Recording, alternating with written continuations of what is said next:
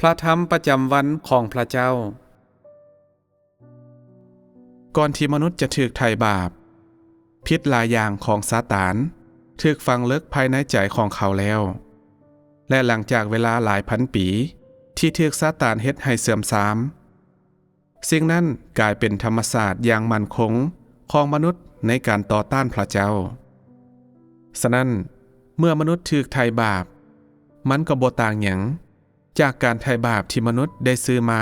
ด้วยราคาสูงแต่ธรรมศาสตร์ที่เป็นพิษอยู่ภายในเขาแม้นบ่ได้ถูกกำจัดมนุษย์ที่สกปรกหลายต้องได้ผ่านการเปลี่ยนแปลงก่อนพวกเขาจะเหมาะสมในการรับใช้พระเจ้าด้วยวิธีของภารกิจแห่งการพิพากษาและการเคียนตีนี้มนุษย์จะรู้จักแก่นแท้ที่สกปรกและเสื่อมทรามที่อยู่ภายในตัวเขาเองอย่างสมบูรณ์และเขาจะสามารถเปลี่ยนแปลงอย่างครบถ้วนและบริสุทธิ์ขึ้นด้วยวิธีนี้เท่านั้นมนุษย์จึงเหมาะสมที่จะกลับคืนมาอยู่ต่อหน้าบัลลังก์ของพระเจ้าภารกิจทั้งหมดที่ปฏิบัติในมื้อนี้แม่นเพื่อให้มนุษย์ถูกเฮ็ดให้บริสุทธิ์และเพื่อรับการเปลี่ยนแปลงผ่านการพิพากษาและการเคียนตีจากพระธรรมพร้อมกับผ่านการหล่อหลอมมนุษย์สามารถลบล้างความเสื่อมทรามของเขาและถูกเฮ็ดให้เป็นคนบริสุทธิ์ถึงแม้นว่าขั้นตอนนี้ของภารกิจจะถือว่าเป็นการช่วยให้รอดพ้นแต่มันอาจจะเหมาะสมกว่าที่จะว่าเป็นภารกิจแห่งการสำราล้างให้บริสุทธิ์ในความจริงแล้วขั้นตอนนี้แม่นขั้นตอนของการเอาชนะเช่นกันกับขั้นตอนที่2ในภารกิจแห่งความหลอดพ้นผ่านการพิพากษาและการเคียนตีโดยพระธรรมมนุษย์จึงมาถึงจุดถูกรับเอาโดยพระเจ้าและมันแม่นผ่านการใช้พระธรรมเพื่อหล่อหลอมพิพากษาและเปิดเผยทุกสิ่งที่บ่บริสุทธิ์แนวคิดแห่งจูงใจและความปรารถนาภายในหัวใจของมนุษย์จึงถูกเปิดเผยออกอย่างครบถ้วนสำหรับทุกสิ่งที่เฮ็ดให้มนุษย์ถูกไถ่ให้พ้นและได้รับอภัยความผิดบาปสามารถพิจารณาได้ว่าพระเจ้าบ่จดจำการล่วงละเมิดของมนุษย์และบ่ปฏิบัติต่อมนุษย์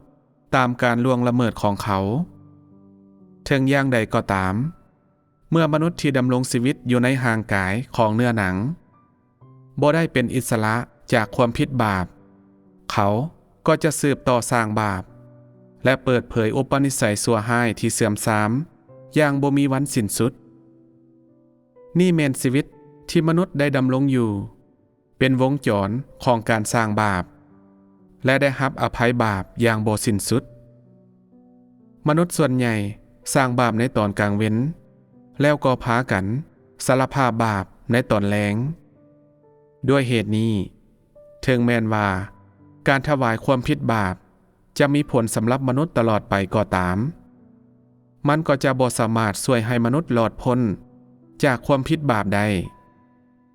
มีเพียงแต่ครึ่งหนึ่งของภารกิจแห่งความหลอดพ้นถูกเฮ็ดให้สำเร็จย้อนมนุษย์ยังมีอุปนิสัยที่เสื่อมทรามตัวอย่างเช่นเมื่อผู้คนเข้าใจว่าพวกเขาสืบเชื้อสายมาจากโมอาบพวกเขาได้แต่ต่อว่าพากันเซ้าแสวงหาชีวิตและเป็นกลุ่มคนที่คิดลบที่สุดสิ่งนี้บ่ได้แสดงให้เห็นบ่ว่ามนุษย์ศาสตร์บ่สามารถยอมอยู่ภายใต้อำนาจของพระเจ้าได้อย่างสมบูรณ์นี่บ่แม่นอุปนิสัยชั่วร้ายที่เสื่อมทรามของพวกเขาแท้บ่เมื่อเจ้าบ่ได้ตกอยู่ภายใต้การเคียนตีภายใต้การพิพากษาเจ้าก็จะยกมือขึ้นสูงกว่าคนอื่นยกสูงกว่าพระเยซูอีกแล้วก็พากันโห่ร้องออกมาอย่างแฮงว่าจงเป็นบุตรชายอันเป็นที่ฮักของพระเจ้า